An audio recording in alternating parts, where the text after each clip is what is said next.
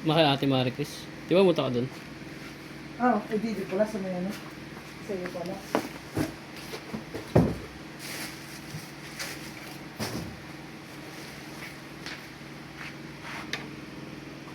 Ay, yung sa Toro, di ba?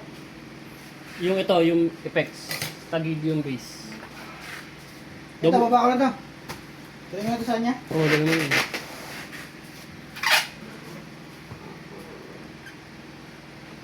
Sa ano yan ha? Ha? Ako na, bababa ako. Ako magpapaliwanag sa ano. Tara na. Huwag pa rin mo. Mamaya na yan. Ito na nga kasi kasabay nga niyan eh. Kaya nga, gagi-entertain mo natin yung dun. Nurse na ba? Hindi pa nga sigurado sa string eh. Wala pa. Ilan na lang ba yan? Last na nga. Oo, may pa isa. Oo. Sige na, babayin ko muna yan. Kasi yan. Tawagin mo na lang pag ano. Okay na.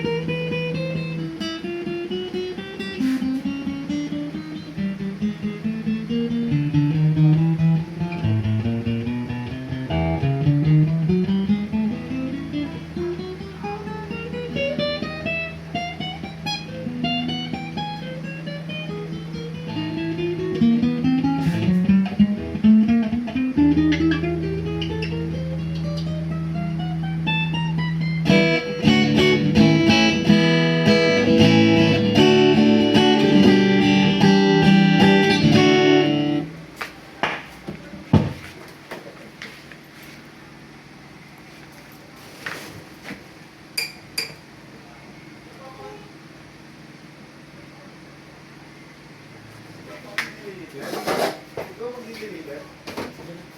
Sino yung rider?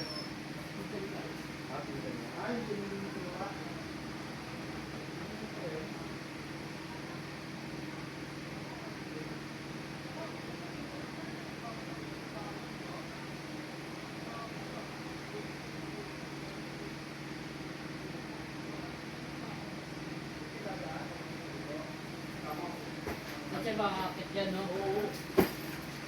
Kasi bukas na yung ano, sino maglalagay na hagdan dun? Ang sabi mo doon, Saan? dapat pinapilap mo na lang dun. Saan? Hindi, okay na. Sabi niya, next week na yung gagawin. Parang iwan niya dun sila dun. Kausap ko na talaga yun. Kausap ng asawa ng kuya ko yun. Talaga sa akin dadalhin yun. Para mo-discount mo. Oo nga, discount ko na nga. Sabi ko, ma'am, sige po, bigyan ko kayo discount po. Okay yan, di ba? Gawin mo na lang to, okay. Sabi ko, gano'n mag-discount. Baka di kasi umangat. Ano yung nangyari doon sa isa? Under warranty yun. Yung lalaki? Yung una napunta kanina, tangalis. Ang ali, ano yun? A niya yun.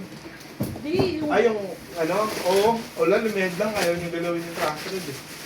under warranty na pala. Kasi bumaba agad siya eh.